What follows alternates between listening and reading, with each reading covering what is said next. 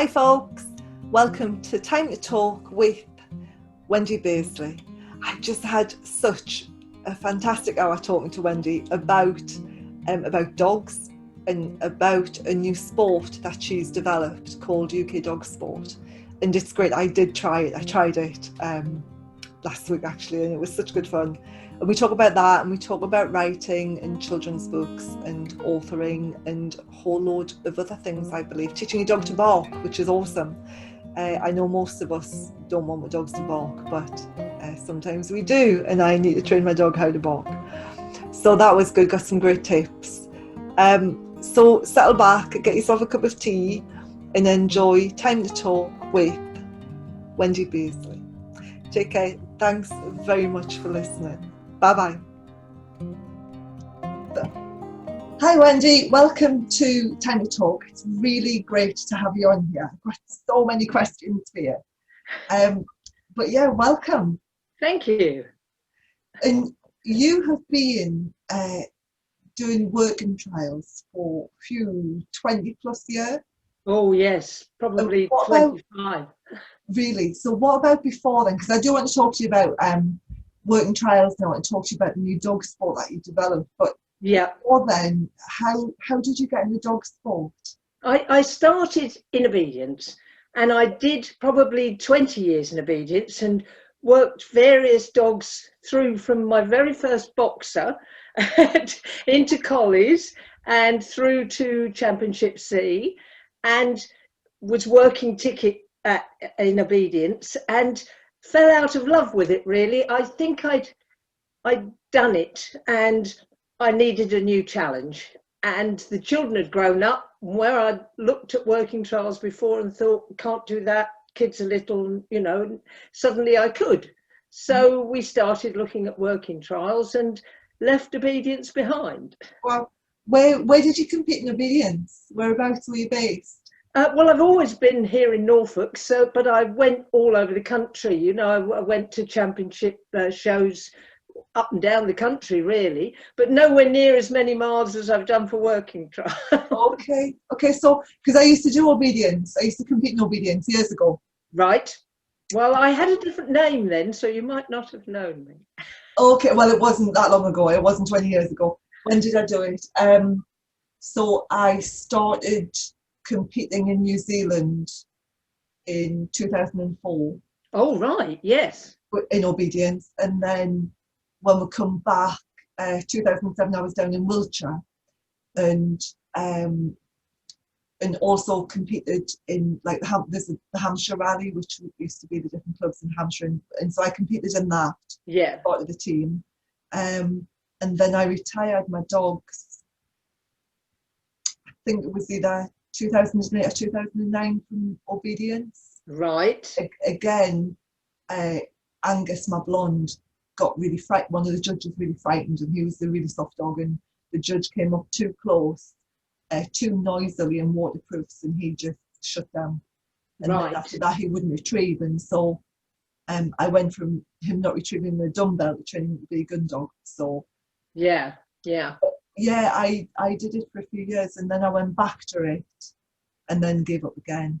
But it was, I'm sure you've heard of Dee Stedman. You heard of Dee Stedman? Sorry? You know Dee Stedman? Yes. Okay, so Dee took me under her wing. Yes. Yeah. So Dee, when I came back from New Zealand, Dee took me under her wing. Yeah. And trained me. She's lovely. So, yes. So that's the obedience that I knew. So why did you leave the sport, the competitive obedience sport?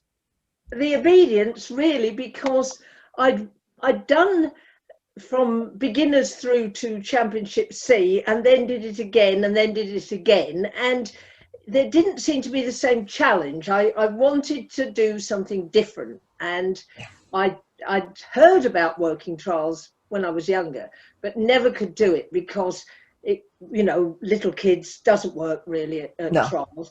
And I thought, well, I'll take another look, and it was really because I used a working trials dog at stud on one of my bitches, and I had to go, it just coincided with the working trials championships. So we had to drive to the championships, wait until it was all over, and then make the bitch. And of course we got there early and we watched, and we were absolutely taken with it, said we must do this. And so from then on in, we walked away from obedience and started finding out. It took us a long time. We had no one to teach us. It was like the blind leading the blind. We were absolutely awful, but we did learn in the end, and haven't looked back really now, sort of nearly 25 years, I think. Right. Because I don't know that much about working trials. I know a little because one of my friends does it extensively. Ross McCarthy, he Yes, I competes in know. it. He's Yes. very, very keen on it, and he has been for years. I don't know that much about it. I did CD in New Zealand, but it's more of an obedience trial rather than a working trial. There's no jumping at all in it. No. So because it's the American Kennel Club rules out there rather than the UK Kennel Club rules. Right. You know, we dance to a different tune out there. Yes. But would you be able to explain what working trials is and what different levels are, please? It's as near as you can come as a civilian to work a working dog. So you're doing a working police dog. Yeah, well, yes, you're doing everything a police dog does. Right up to, if you, and it's optional, if you want to actually do the man work, which all of mine have done. But you have the nose work, the tracking, the searching, you have the obedience, and you have the agility, and all of it was set up to test the character of German Shepherd dogs. That's why it was originally done in the very early days, in the 1900s, at the beginning, and it was a character test. It was set up as a character test for breeding stock, and that's where it started. Right. And it sort of evolved, and more people became involved in it, and now it's very much a sport, but it was a practical test. It was a practical test, and it was based on things that police dogs may be asked to do. Including the getting over a wall, the crossing a ditch, maybe the clear jumping, and the tracking down a criminal, and at the top level being able to apprehend that criminal. So it's as near as you'll get to working your dog in a natural environment and being a professional dog handler if you're not one. That sounds amazing. So there's different levels, isn't it? Is the first one CD, isn't it? Yes, CD is really about a good companion dog, and most people with a well-trained companion dog that is agile would be able to qualify CD. But by the time you get to the top tracking level, TD, you're talking about the dog following a 3-hour-old track with no idea of where it goes on any sort of terrain, and that literally, if you travel up and down the country, we've been on heather, we've been on plough, we've been on crop, you know, whatever is available, and following a very intricate pattern over a long distance. It can be up to a mile, and it's just you and the dog working it out. There's no one out there to help. There's no one out there to show you the way. So it is a challenge every single time you go out. The challenge down to the terrain, the weather, you know, is your dog up to it today? It's a constant challenge. It's not something that is trained and then the dog just does it. It's so dependent on other variants. Yeah, because I know Ross loves it, and I did try tracking when I first moved up to Scotland. I've been up in Scotland nearly 5 years, and I tried it then with Gwen Mattia through a tiny dog training through Edinburgh, and really loved it. And then a couple of things happened. I damaged my knees and found that I just can't go over rough ground for any period of time, and especially with the dog in front of me. So tracking wasn't for me. No. And then I lost my dog as well to epilepsy, and all my motivation to treat just completely, and I completely lost my mojo, as you do when you lose a special dog. But I know Ross absolutely loves it. And for me, the thing that put me off working trials years ago was the scale jump. Yes, yeah. It's you either are happy to go with it or you're not. Now, I'm very lucky. My collies find it very easy. If it's trained correctly, and I train it very carefully, and they never have an accident in training. But once they've learnt the technique, I've never had a collie that found any difficulty at all with it. They're absolutely fine.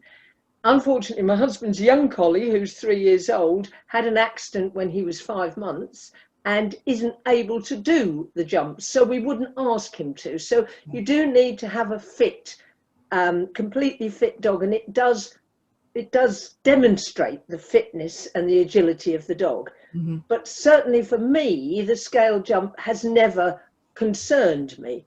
However, I have a very light, very agile breed, and I do appreciate that people with heavier dogs, people with less agile dogs, and certainly people with smaller dogs are held back, not able to do it, don't want to do it, don't agree with it. Yeah. And our numbers in working trials are dwindling, and it's a sad fact, as they are in most sports, but very much so in working trials, which is why I thought about UK dog sport to try and bring in people who can't do trials but like the concept. Mm-hmm. And that is really where dog sport began. That's great. So I actually did it on Saturday. I went ahead and did it. So the plan was to do it a couple of months ago, and then you know the class was cancelled, and then it was cancelled last week for the weather. And so I went along on Saturday to Gwen's and really enjoyed it. It was very I'll tell you what happened, and then I'll let you tell us all about the sport, because it's you know, like yourself, I developed a whole new way of training dogs. So with a pet gun dog, it was a whole philosophy, methodology and so on. And it's really exciting to bring people who wouldn't necessarily want to train their dog into being motivated to train their dog, and train their dog intrinsically as well, in a way that really fires the dog up and gets the dog really excited to get out there and do things with you. So I went along on Saturday. We were really blessed with the weather, and for me it reminded me a bit of circuit training, you know, at the gym. So we had one station which did the tunnel, which was really interesting, because my current dogs have never done agility. I've done it in the past, but these haven't done it. And then there was a wee narrow jump that was on one station, and then there was the search square, and then on another station was the retrieve and the send away. And so the way the send away was taught with cross poles, and my Labrador nearly had a heart failure. And he picked the toy up and the stick like moved. He panicked. But it was good fun. It was really interesting, and I've been a trainer for years and been a professional trainer for about 15 years, and I found myself immediately turning into my clients. My students, when my students listening to this back, they're going to have my life. But I can remember at one point saying, "Go on, Dante, get it. Come on, Dante. Come on, Dante, let's get it." And I said to June, "You'll be patting your leg next." I did that. I patted my leg and I was saying, "Come on, find it." And it was a really gamey field, and of course mine are working gun dogs. Of course they are, yes. And I put them out of the search square, and Danny went, "Hang on a minute, there's a pheasant here." And he was down the field like a shot, which was, to my embarrassment, I whistled him and I brought him back into the search square. and you know, I mean, he could easily pick everything up that was in there. And he kind of got to the Actimel bottle, the little plastic bottle. Yes. And he picked up a scent, and he was off again to the fence line after the pheasant. And I thought, okay, I need to change my commands, because I started off with get on, which is my command for a retrieve. And then when he was in the area, I was going find it, and then he picked up the smell of a pheasant. Oh dear! Yes, your preconditioning can be quite wrong for this sport. It was so funny. So I thought, and then when they were doing the downstairs at the end, Dante was down and he had his head up and he was looking around, and I thought, hang on a minute, is there a pheasant on the field? But afterwards, Helen said, "Oh, did you hear the guns going off?" And I thought, well, I didn't, but my dog. Oh dear, but he did, yeah. So it was, for me, it was hysterical. So I came home and I thought, right, I need to work on my down stops, and I need to come up with a different command for the search, so I can't use any of my gun dog training commands. So I've come away with homework. So I hope my students who are listening to this in my old class, they'll appreciate that. Yeah. I do laugh at myself. I'm very happy to say, you know, I completely cocked that up with my dogs. But as So far as I'm concerned, you say about motivation, but I always maintain that we do dog sport, whatever sport it is, whatever we choose to do with our dogs, is our hobby. We yes, like it. We do it because we like it. yeah, Now, I like to believe that my dogs see work as their hobby. So therefore, I don't ask them to do it. I let them do it. yeah, So in other words, all they want to do are the things that I want them to do, and I act as the brake and say, if you're good, I will let you do this, this, and yeah. this. So therefore, there is no motivation needed. They're motivating themselves, and I'm just taking the brake off, which Yeah. really works very well. That's a really good way of looking at it. It's for me, it was more with a pet gun dog. It's about motivating people to. I think once people realise what their dogs are capable of, certainly, you know, the Labradors or the really zippy working cockers, where they Yeah. can't settle them at home. As soon as they start doing any kind of gun dog training with them, they end up with a really contented dog and a really Yes. happy, focused dog on them, a dog that wants to be with them, and that then motivates them to do more training, which Well, we then had a lady come to us many years ago with a small working cocker pup. And he was called Mocker the Cocker. I remember him well. And she said she had small children. She said she'd got this dog and she wanted to do something with it. But so far, they hadn't managed to relax. They'd never seen the dog asleep. And they were absolutely exhausted with this dog. And we taught her a search square. Literally, we spent the whole afternoon teaching Mocha to search. And I said, you can do this indoors, you can do it at night, you can put some things, hide them around the house, let him find them. Anyway, she got the idea and she rang me up and she said, he's asleep. He's asleep. So it does work. If you give their brains something to do, then it tires them. Definitely. And people think, you know, you've got a cocker and you have to walk it. I can remember seeing, it was only about 12 weeks, this one was walking the dog for 3 hours over Salisbury Plain, you know, and the dog was exhausted, and yeah, doesn't make any it was difference. awful, you know, 20 minutes and then use their nose. Really, really good. So tell me about dog sport, Wendy, because that was my experience of it, you know. So right. So dog tell sport, me about it. when I thought of it, I started looking at why people weren't doing trials and thinking of a way that could encourage maybe new people into trials by giving them a taste of it. Now, I know that lots of people like yourself worry about the jumps, and maybe they will never come into trials because they worry about the jumps, but they do like everything else. Yeah. So the first thing I thought of was, let's have a sport that still has an agility section, because I think that's so important. But it's an agility section within the capabilities of most breeds.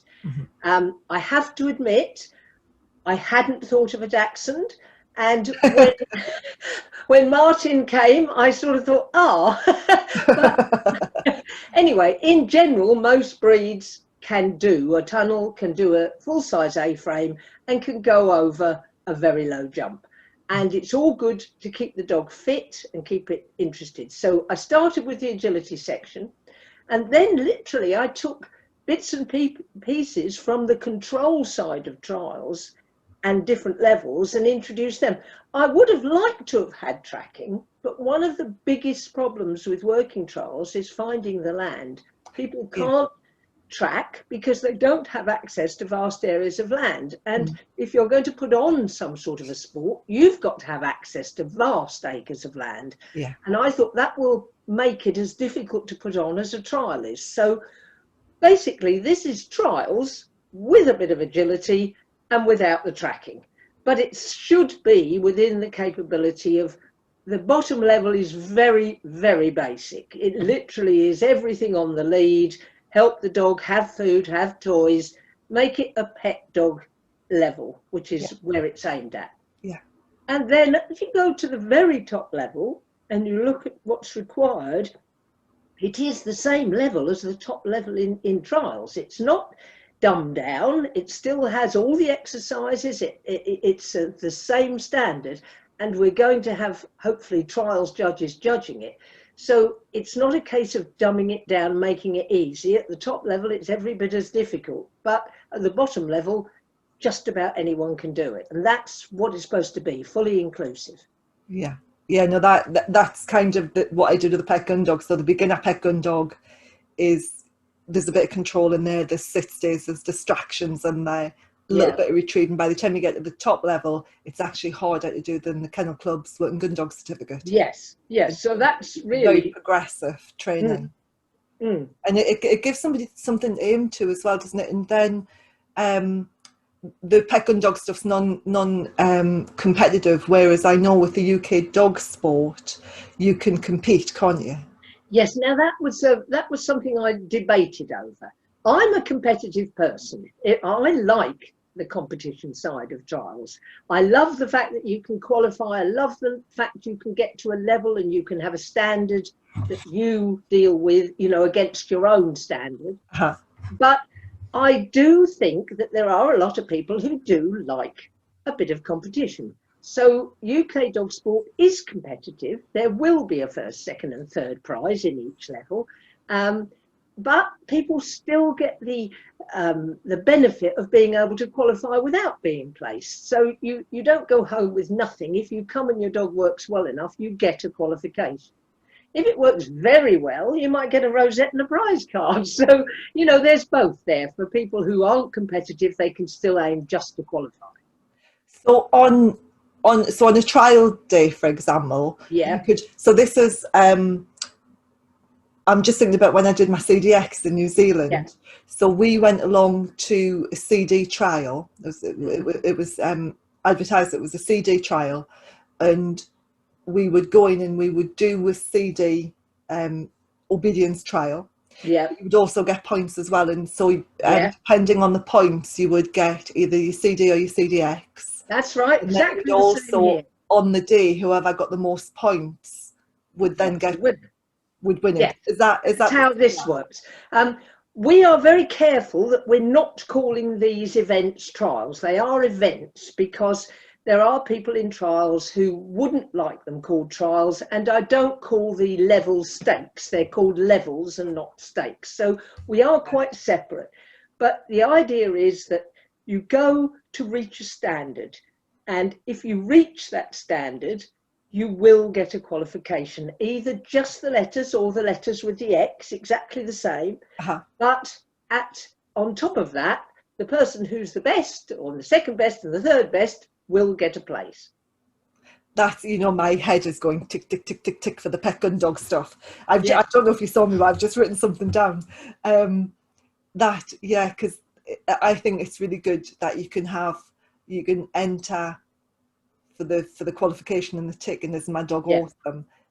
And when I came to trials, I was always taken with the fact that people weren't against each other. Although there is a competitive element, it's mostly about getting the qualification. So people tend to encourage and to be pleased for other people to do well, which isn't the case, I have to say, in obedience. In obedience, it's about, I hope the dog drops the dumbbell or fails the stays, because then that'll let me in. We won't have that. We'll have the everyone hoping everyone does well, which is a friendlier atmosphere.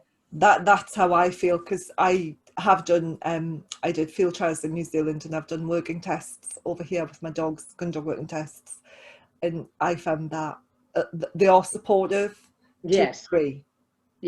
But it's always to a degree, and I've seen people throw their leads down and storm off working gun dog tests and storm off, because I'm a Kennel Club working gun dog certificate judge. I can judge that, and we've had people throw their lead, the dogs will whine, they'll throw their lead down and storm off, and you just think, really, is this necessary?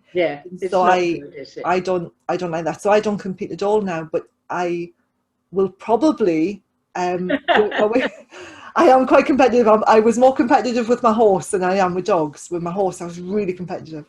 But I think I'll work my way through the UK dog sport, because as you say, it's got something for everybody. Do you do man work as well in it, Wendy? Do you do no, at the top level, it's a shame, really, because I'm a PD person in trials. I've done PD with all my dogs. All my dogs have qualified and been made champions in PD, so I do enjoy the PD.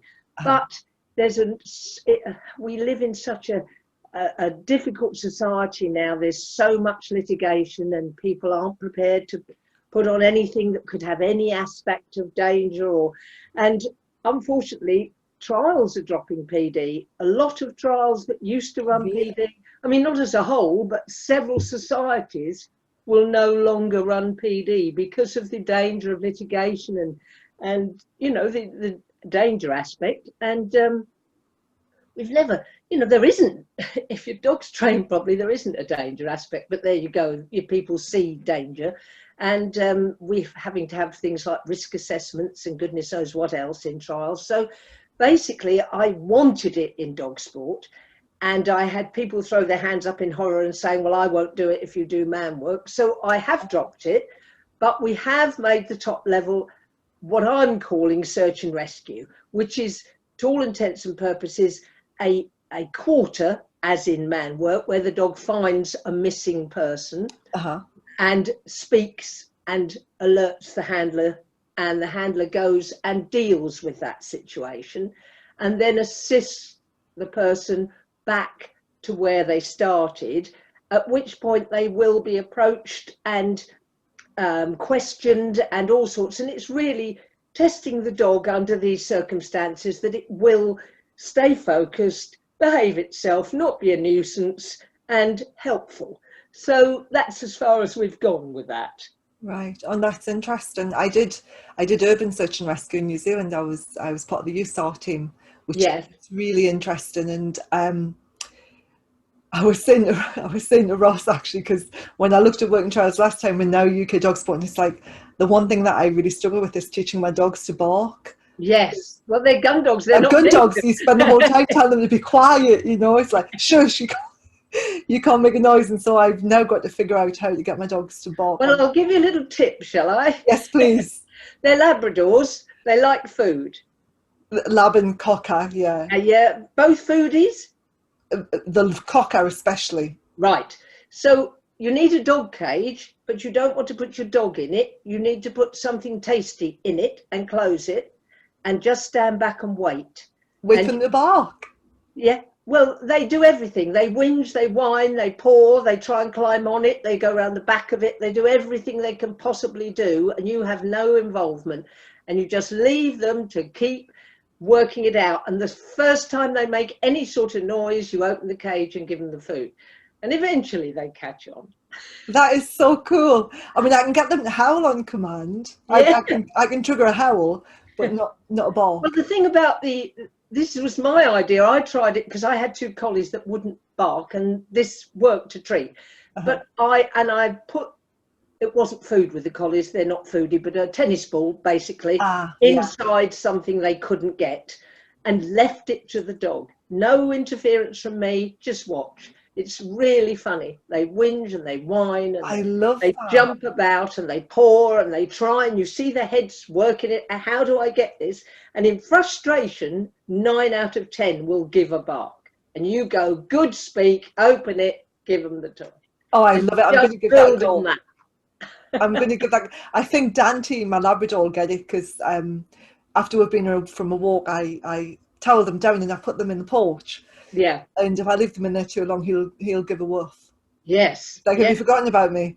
Yeah. So I think that well, I found that's worked with Labradors, because I have a couple of Labradors and that come for training, and same thing, they're not natural speakers because they're not supposed to be. No. And it's worked for them. We've done it in varying ways, sometimes in a dog cage or sometimes just behind a gate, and it can be a toy or it can be food, but it has to be leave the dog to work it out. Don't speak, don't interfere, let the dog figure out how to get it. And it realizes I made that noise and I got it, and it grows. Brilliant. I will definitely give that a go, Wendy. Thank you. That's all right. And, what was it? I was going to talk. Oh, the man work. Yes. I put Ziggy, my Labrador who I lost, I put him on a sleeve, and then he became epileptic, and I became really concerned, you know, that his brain wasn't working properly, and so I became a little bit concerned about that. So from my perspective, I'm really glad that it's not a new UK dog sport. Yeah, I'm really keen on doing it. Yes. But even with UK dog sport, the levels that you do are your choice. You can go so far. You can stay in one level forever. Oh, really? Yes. You know, there is no need for people to move on beyond their capability. So you can be in a level and you can remain in that level as long as you need to, or forever. So you only move on when you When you're want to. ready. You obviously can't go back. So if you've moved on and you've qualified, you don't go back a level, but you can stay still. Okay, that sounds really good. And what are the different levels? Do they start at beginners or No, it starts with foundation, foundation? and then beginners. Both of these are made for people who've never competed and for dogs that have never competed. Two levels. The reason there's two levels of that is because some people, as I've just said to you, will never get beyond it. So that's going to be a sort of a level that anyone can do. Uh-huh. So you've got foundation, beginners, then you get to novice. And novice is for new dogs, really. People may have done things before, but the dog won't have done. So Right. it's for dogs that have never worked, but people who may have done. Uh-huh. The next level is intermediate, and that's where people like me come in. Intermediate is for dogs and handlers that have done things before. So we can come in at that level. And the level above that is advanced, which is the top level, which is equal to a TD in trials. Okay. And then the optional level is expert, which is the bit of search and rescue, a more difficult search for an article, a single article, a more difficult square. So it's a bit extra at the top, very top. That sounds great. And I've seen some adverts on Facebook. Sorry, I'm just reading about you. I've got my iPad then, just checking that I've got everything that I wanted to cover. But I've been reading on Facebook that you're training trainers. So what do you have to do to be able to teach UK dog sport? Right. We are trying to get people who are already trainers. It's not necessarily any way of making sure of that. We have to go on what people tell us. Yeah. But basically, we're trying to get people who have maybe taught obedience, may have taught agility, may have taught gun dog work or trials, people who are used to training people. Yeah. And they come along and we show them what we are expecting at the different levels, and so what they're aiming for, because whoever's been, if you've done obedience or you've done gun dogs, you'll still come across things in this sport that you've never trained. Yes. So we discuss with trainers the various methods of training this particular exercise, and suggest that they might try this or that method with their pupils. They ask questions about things they're not happy with. It's far more, the train the trainers is a lot to do with talking, demonstrating. We demonstrate with our dogs and we talk to them about what we're looking for.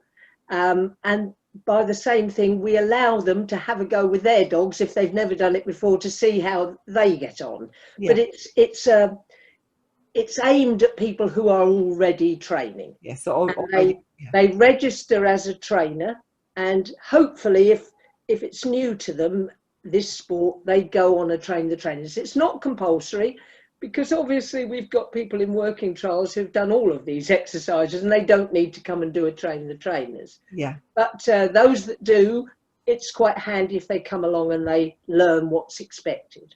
Mm-hmm.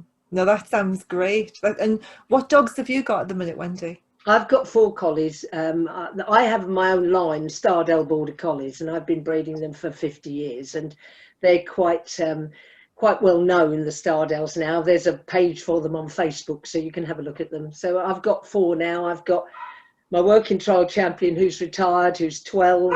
I've got my younger bitch who I'm working. She's got 1 ticket towards her working trials. My husband's got Raz, but he's unfortunately the boy who hurt his leg. But he will be able to do UK dog sport. He can't do trials, but he's fit and well enough to do UK dog sport. Great. And then we've got Betty, who's a retired sheepdog, and she's not my breeding, but she is mum to lots of my pups. So she's our brood bitch, come pet dog, come Special Betty. Paola Special Betty, what a lovely name. Little Special Betty. Yeah. Oh, that's great. So yeah, so have you got a favourite colour? Because I know one of my friends, Sean, does this lovely, I don't know if you know Sean Jones up in Auburn. Yes, I have heard of her, She does yes. this lovely, like red, I'm not a border collie person, but she does this lovely, like red coloured, russety coloured. Yeah, Um, I'm very traditional. I like black and white collies. I have tricolours. Betty's a tricolour, and I'm quite happy with the tricolour. I'm very against fancy coloured border collies, and I don't say your browns in them because they are a natural no, dog that occurs. yeah. But there are people advertising lavender merles and pink merles, and Oh, you know, and really, and I'm sorry, but to me, a working dog, it can be black and white, it can be brown and white, it can be tricolour, end of. And occasionally merle. I mean, merles do occur, yeah. but not fancy pink and lavender merles, I'm afraid, not for me. It's like that with the labs, black, yellow and chocolate. Yes, yeah. 3 colours. Yeah. Yeah. Well, I like yellow labs, but I like the dark ones, and they can call them fox red all they like, but they used to be that colour, and that's the colour I like. But they're Yeah, not yellow. fox red; they're yellow labs. The yellow labs, yeah. I mean, the Yeah. yellow goes from very, very pale yellow right the way through. Right the way through to dark. Yes. Yeah. Yeah. Well, we train dogs for the services. Paul and I trained sniffer dogs for both the prison and the police service. So we've had Fantastic. several labs and several springers and cockers, Uh-huh. and we've supplied the prisons and the police. So I've had quite a lot to do with labs and gun dogs, and I love them. You know, I just found them amazing, the ability of them. And we're training some for other people at the moment. But what I do find with labs is labs are very strong tracking dogs, which is good if you can keep up with them. It is funny because people have got a really I get quite cross because Labrador's my breed, you know, and I get quite cross when people say, oh, they're really fat and greedy. Well, they're fat and greedy because we make them. You let them be. We make it. Yeah. They're not like that. They are no. incredibly. Well, you can't have dogs. You can't use food training sniffer dogs because they have to ignore food in their everyday working life. They mustn't give any attention to food at all. So everything we did with the sniffer dogs didn't involve food. Was in a bowl at tea time. There was no other time for food, you know. So they're not like that. That's only what you make them, isn't it? It is, and I do get cross when people say, oh, you know, you've got a greedy lab or it's a food lab, and it's like, no, actually, my cockers. They More like food it. obsessed than my Labrador is. He's really food obsessed. Well, he's just obsessed. It doesn't he's just obsessed. So yeah. But Wendy, we share something else in common as well as dogs, and that is authoring. Oh yes. Because I've only written like dog books. I haven't ventured into the world of the novel yet, although I have got one kind of festering away as you do. As you do, bubbling away. But you've written both, haven't you? You've written books on dogs and dog sport, and now novels. I wrote 2 dog books back in '99, a beginner's guide to obedience and a beginner's guide to working trials, which sold very well. And I was motivated to do the working trials one because I found it so difficult to get into trials. You couldn't find anything about them. And I thought people need to know. So I wrote the book, and it you know, both went down well. And then I wrote for Dog World for, 20 odd years, a weekly column in Dog World about working trials. So I've been writing all that while. I've written various chapters in different people's books about working trials. So I've done that.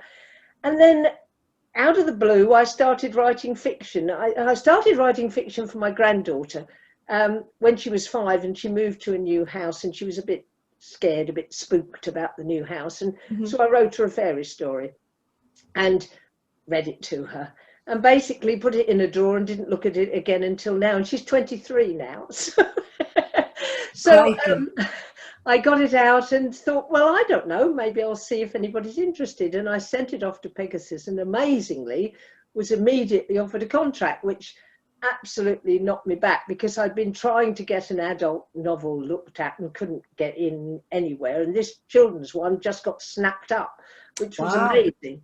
So that's now out. That came out in June, Charlotte and the Fairies. I've since written the sequel to that, Charlotte, the Fairies and the Monster, which my publisher is saying, dependent on the sales of the first book, they'd be happy to do as well. I've written a book called Beasts and Butterflies, which is an adult fiction novel, quite dark, murder and other things, and that's coming out at the end of the year. And I'm halfway through another adult novel, which I'm hoping again will be published. And I've also written a book called The Sheepdog Who Didn't Like Sheep. As yet, I haven't got a taker for that. My publisher has offered to do it on a shared contract, which I don't like. So I'm still looking for a publisher for The Sheepdog That Didn't Like Sheep. I think it's good. I know I wrote it, but I think it's good. I think it's a good story. So hopefully, what you need, and you've probably found the same, is in the world of fiction, you need a literary agent. Okay. All the best publishers won't accept unsolicited work. They all want it through a literary agent. Okay, no, I didn't know that. Yes, none of the big publishers will look at work direct from the author. They all require submission from a literary agent. Literary agents it's worse than trying to get a job. You have to court them, write marvelous letters and tell them how good you are, and half of them don't answer, and getting a literary agent is harder than getting published. It's so difficult. I still haven't found one.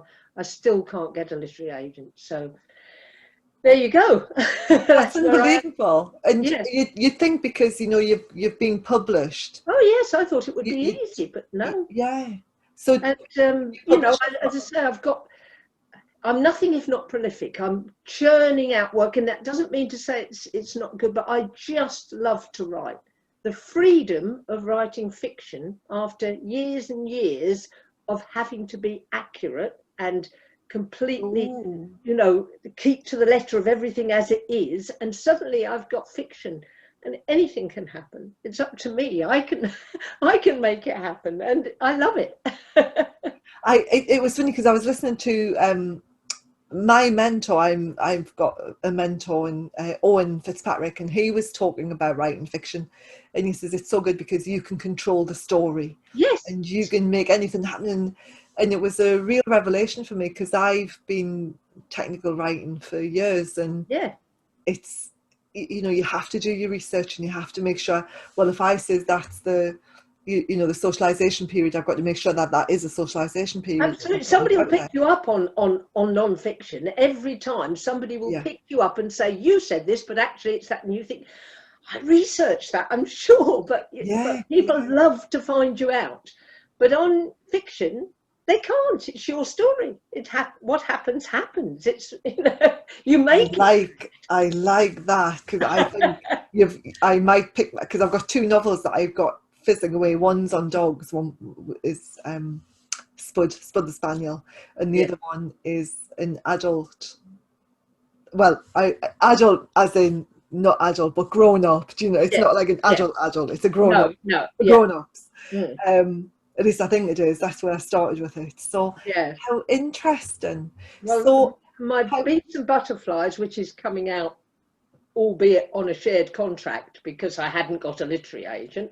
I'm proofreading the second proof now, and I'm really pleased with it, really pleased. And I just think, I really want to get it out there now and just see what other people think.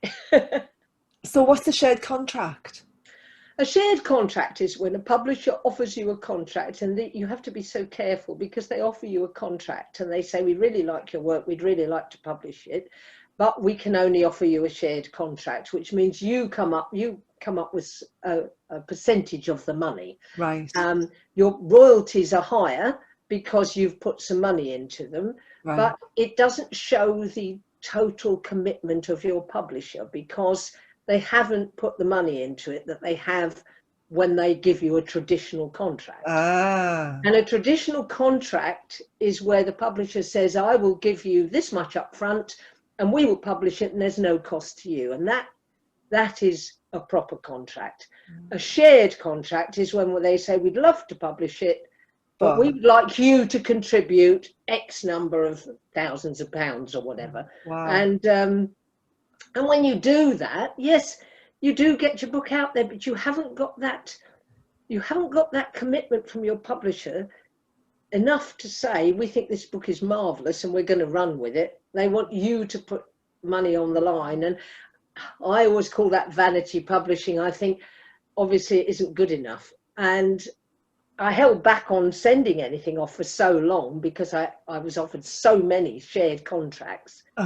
But you can't get to a proper publisher without a literary agent. It's amazing, isn't it? Yeah, the world is overrun at the moment with self-publishers, people who publish their own, and there is no policing of it. So there'll be really good writers in there, but there'll be really rubbish writers in there as well. And there's no policing. You're right. It's become very fashionable. Yes. Yeah. And I mean, when I did the Pet Gun Dog, I did self-publish. And so I'd never heard it called vanity publishing until the other day. Sorry. No, it's fine because it's a good book. So when I came up with the whole title of the Pet Gun Dog, I approached the local publishers, which was Ramsey Publishing, which were only like 4 miles up the road. And they said to me, and I hope they're eating their words, the Pet Gun Dog, who on earth wants to train their pet? That's what I was told. It'll never take off. Either do working gun dogs or don't do anything at all. And I said, you know what? I've got all these people queuing up to train their gun dogs who are pets. And so I went ahead and I published it myself. And that was 10 years ago. I've sold tens of thousands of books. Yes.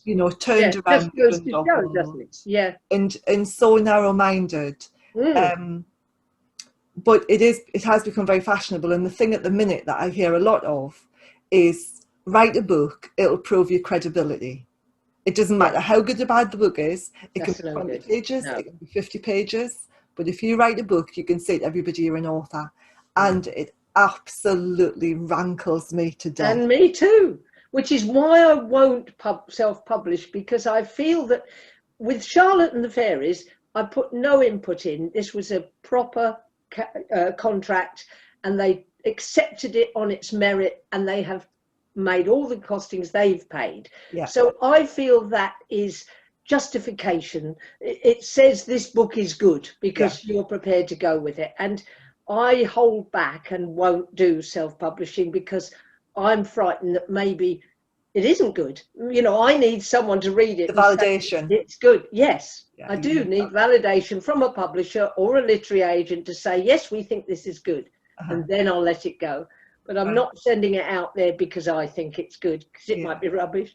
I'm sure it isn't, but you never know. No, it's really interesting. I know in the dog world, there's a lot of people publishing books, dog training books, and they're not really contributing to the cause. They're just recycling other people's ideas and putting them out as their own. And well, I tell you what, that food in the cage is my idea. So you've got an original idea there. Thank you. Getting to speak. Thank you. If I ever come across it, I'll go, Wendy Beasley said that. And I'm really, really black and white, so I mentioned Dee Stedman quite a few times in the books because she introduced me to like the retrieving chair. I'd never done a retrieving chair before. She introduced that to me like back in 2007. And so I mentioned Dee in there a lot. I mentioned any technique that somebody showed me rather than I developed myself. I always contribute to that person. Because I think you never stop learning, do you? I hear things, and I think, what a good idea, I'll try that. You've got to, because there's so many good trainers out there, and sadly there's so many not good trainers out there as well. So I know you have to pick and choose, don't you? You definitely do. And I think there's some cracking trainers out there, and some there really are really good dog books. But I also think there's trainers out there who aren't as good as they think they are. No. And I don't know if you've heard of the Dunning-Kruger effect, where you learn something and you think you know everything. You don't realise that there's so much more to learn. It's great, isn't it? So The people who've been in the business for a long time go, oh my God, there's just so much to learn. But the Yes. people who are new to the business go, oh my God, I know I've all of learned this that. information. Yes, I know it all. I am a trainer. I am a trainer. I know all of this. I've got all of this new information. So I'm going to write a book Yeah. or whatever. Whereas the people who've been in it for years, you go, oh, Craig, I've got so much more to learn, you know, or they're looking like me, I'm looking at a new sport. I mean, Yes. gun dogs is my passion. It's my Yeah. thing, but there's nobody around here for me to go training with. And No. so I'm looking to do something with my dogs, because sometimes you get to the point where you just want somebody to tell you what to do with your dogs. Yes. Yeah. You know, go and do, and Well, you I get, think it's lovely when you actually have to come in and think about how to train something. Even now, you know, I do something with my dog and it doesn't go as I expect. And you come in and you think, now, how do I get that through? How do I get through to my dog, this dog, who's different from previous dogs, what I want? And it's good for your brain. It gets you thinking, doesn't it? It it's really, gets you looking at things from, there's not one size fits all, there's not one method suits all, and so you have to adapt your methods to your dogs. And I have one breed, but they're as different as chalk and cheese. Each one of them gives me something else to think about. yeah, it's so, and I used to, when I did obedience, I would work my golden retriever, who was very blonde and very fluffy, very soft and very stubborn, and I would literally hand him, because we're both at the same level, so I would come out the ring with Angus and then I'd turn and go straight back in with Bart. Yeah. He was a really bold, hard Labrador. You know, he was one of these ones, he was like, there's a cliff, go and jump off it. Okay. Yeah. Yeah. Go and jump that. Okay, how high? And Yes. he was like that, but he was quite a tough dog as well. And having to toggle between like a really soft dog, and a really hard dog, and you learn a lot about yourself, don't you? You do. You do. You definitely do. So, Craigie, Wendy, you've done so much. You've done your trials. You've done your dog sport, which I assume you're competing in. I will do, yes. So we haven't started, obviously, with this lockdown. We just want to get it started. But certainly I've trained my dog for everything in it. So I don't envy you the person who's going to be the judge when you turn up with your dog. Well, I'll probably end up judging it more than actually working it as I thought it up. They'll be asking me to judge. But basically, I can't ask people to come here and learn the sport that I can't do myself. So I had to ensure that my dog could demonstrate everything before I asked people to come and learn. Yeah, absolutely. Absolutely. I'd be amazed how many trainers can't show you what they're trying to teach you to do. I know my instructor course. I do an 18-month instructor course, and the whole thing is, if you can't train your dog to the level that you're training other people, you won't pass. You won't pass. Absolutely. Yes. You've got to go way beyond, way beyond what we're teaching with your dog. Otherwise, I won't accredit you. No. It's not right, is it? If you No, absolutely not.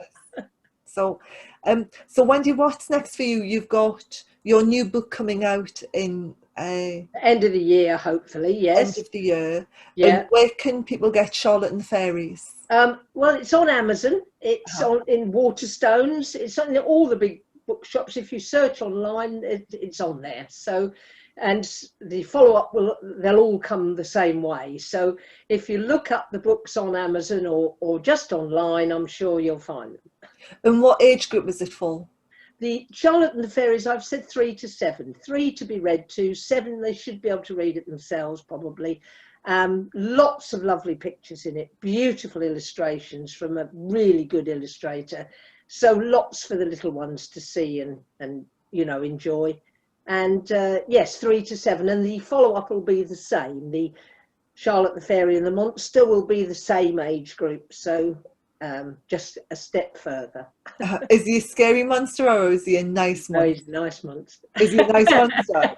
Yeah, he's very nice. Marty the Monster. Oh, lovely.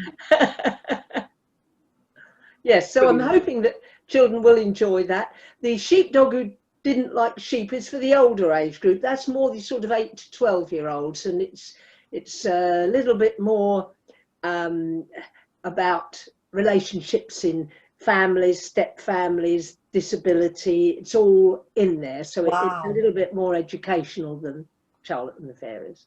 But that sounds amazing. I hope you get your agent to get that one Oh, out. so do That's I. I awesome. really do. I'd love to get it out there because I believe it's a good story with the right moral ethics to it, and children will enjoy it because it's sad and it's funny and it's quite scary in places. So yes. And it's got a dog in it, so what's not to Oh love? yes. The little dog, sheepdog Libby, is the star of the show. How wonderful. Are you going to use the same illustrator?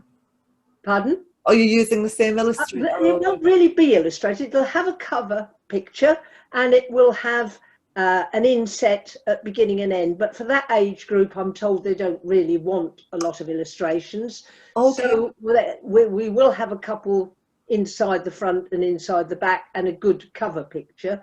But the rest of it will just be a reading book. A reading book. Yes. God, I've learned so much about children's fiction, because I say the book that I want to do was for the Spaniels, probably the same age group. My friend writes for that age group as well. She writes for the same age group or similar age group. Yes, and your mentor, you said, who's helping you with your fiction, does he write just fiction or? He's a business mentor rather than a novel. He does screenplays. Oh right, He that's writes. amazing. I haven't spoken to him yet about helping me with getting me started with my novel. Right. He's a psychologist, and so he's amazing. And I'm a firewalk instructor as well. I'm an empowerment coach, and Yes, he does all of that. So he does.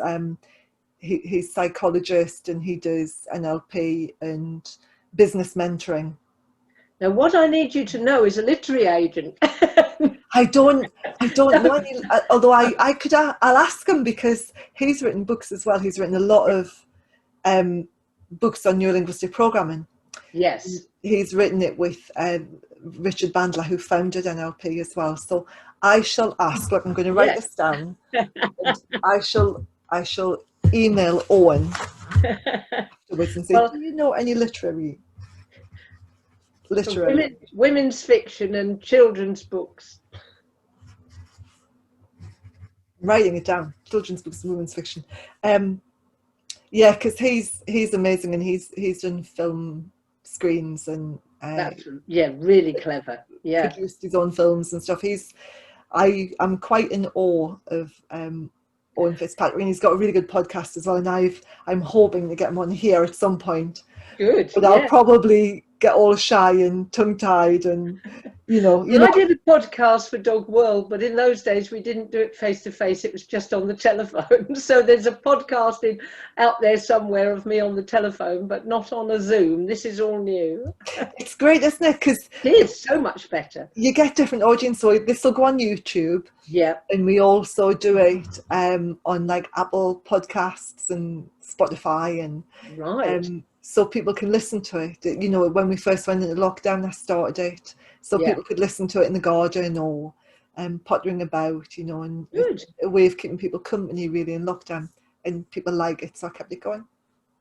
That was it. I keep looking for people, and Ross told me about you. My friend Ross said, Wendy done this new thing called UK Dog Sport, because he knew I was interested in trials but wouldn't put my dog over a scale. Yeah. And he says, look it up. And that was it. Good. That's lovely. But Wendy, we've been talking for an hour. It's amazing, isn't it? Yes. It's been an absolute pleasure to have you. And what I'll do is I'll put links to your books. Lovely. On YouTube, so people can then go and get your book, hopefully. Brilliant. Thank you very much. But it's been such a joy. Thank you so much for joining me today. Thank you for having me. My pleasure. You take care and good luck with your books. Lovely. Thank you.